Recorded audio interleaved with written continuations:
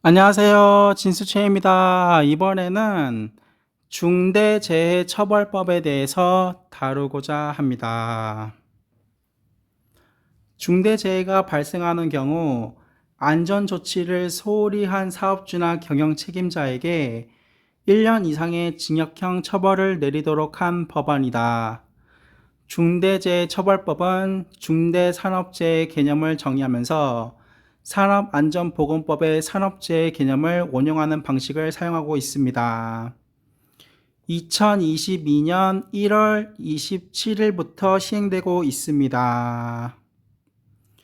중대재해란 산업안전보건법상 산업재해 중 사망자가 1명 이상 발생하거나 동일한 사고로 6개월 이상 치료가 필요한 부상자가 2명 이상 발생하거나 동일한 유해 요인으로 발생하는 직업성 질병자가 1년에 3명 이상 발생한 경우를 말씀드립니다. 산업재해를 줄이자는 목표로 2020년 1월 시행된 산업안전보건법 개정안보다 처벌 수위를 높인 법입니다.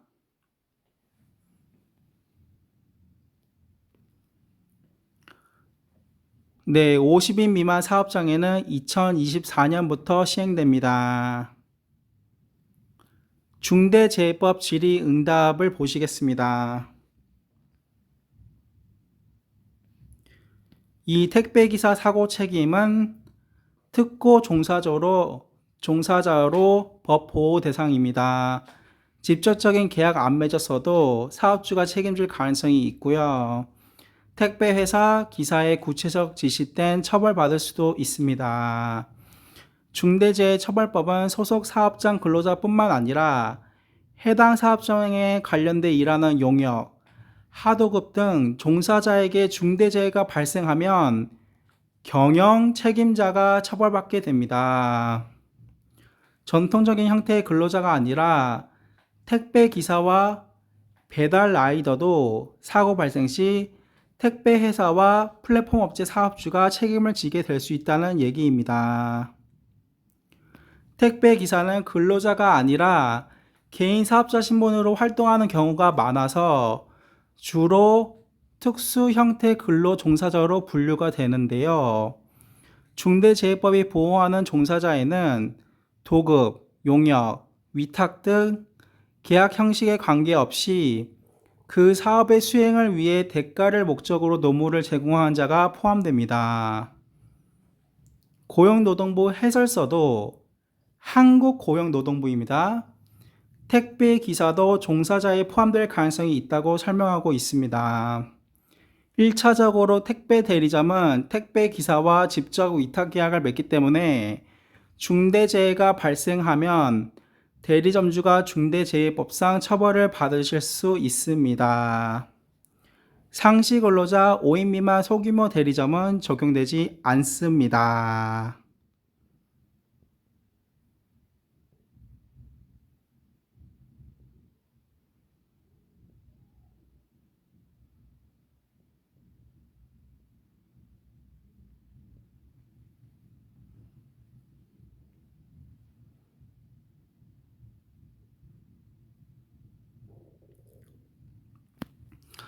네, 택배 회사는 어떨까?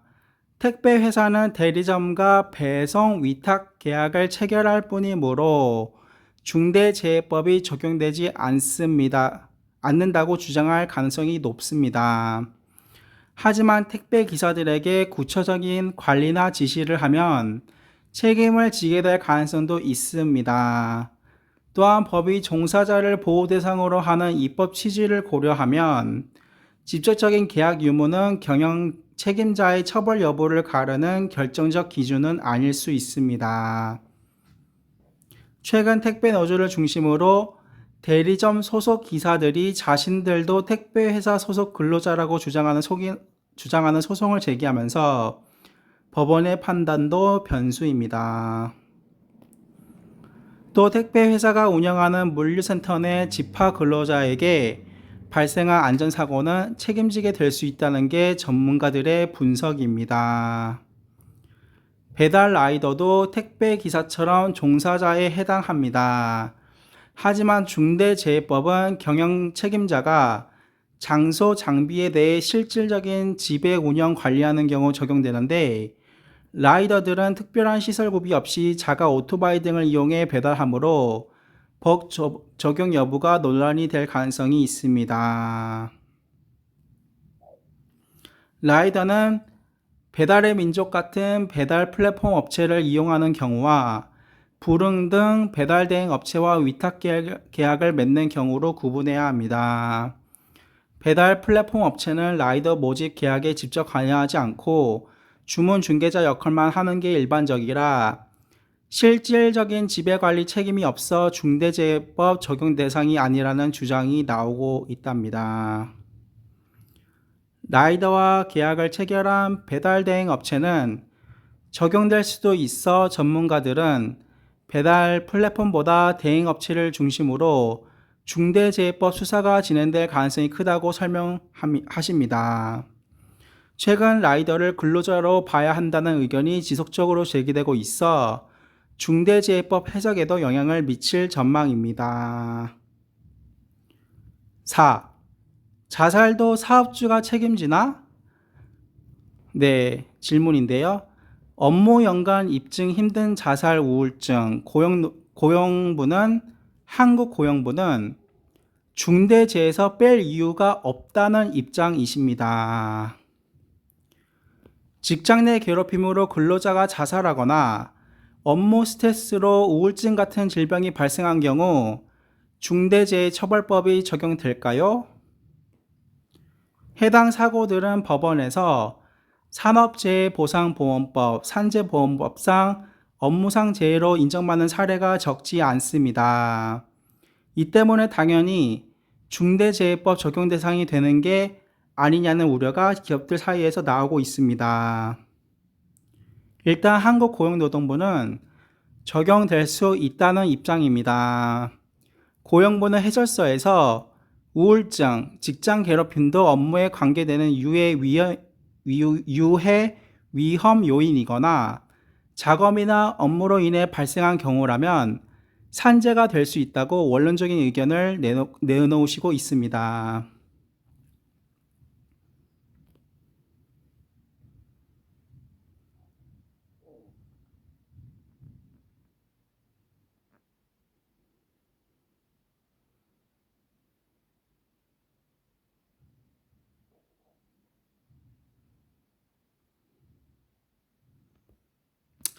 두 번째로 사업주가 자살이나 우울증을 방지하기 위해 취해야 할 안전보건 확보 의무의 내용이 불명확한 것도 문제라고 합니다. 중대재해법은 사업주가 종사자의 안전보건을 확보하기 위해 관련 법령에 따른 조치를 취하도록 하고 있습니다. 이를 어기면 중대재해법 처벌 대상이 됩니다. 만약 이 관련 법령에 직장 내 괴롭힘 관련 규정이 담긴 근로기준법이 포함된다면 사업주가 직장 내 괴롭힘을 방지할 조치를 취하는 것도 안전보건 조치 의무가 됩니다. 이를 위반한 경우 괴롭힘으로 인한 자살에도 중대재해법이 적용될 가능성이 있다는 게 전문가들의 의견입니다. 다만 한국고용부 해설서는 이 관련 법령에 근로기준법이 포함됐는지 명확하게 밝히지 않고 있답니다.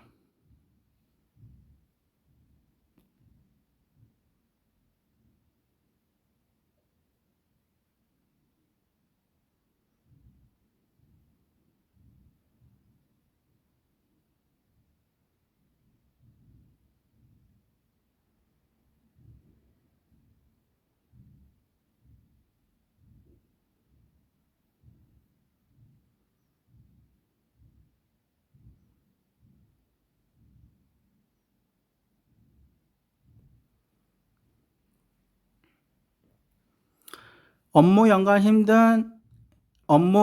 입증 힘든 자살 우울증 고용부는 중대재해에서 뺄 이유가 없다는 입장이신데요. 그렇다고 손을 놓고 있어서는 안 된다는 의견도 있습니다. 고용부는 산업안전보건본부라는 별도 조직을 마련하고 근로감독관 인력을 대폭 확대해 몸집을 키우고 계십니다. 이런 조직과 인력을 활용해 수사 범위를 확대할 가능성도 있습니다. 지역 현장에서 재해가 발생해도 안전보건 확보 의무는 본사를 대상으로 수사하는 것도 감안해야 합니다. 만약 해외 현장에서 중대재해를 입은 사람이 대한민국 국민일 경우 여론이나 국민 정서를 고려하면 고용부가 현실적 어려움을 딛고 수사에 들어갈 가능성도 배제하기 어렵답니다.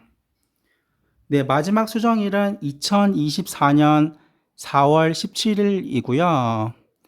작년입니다.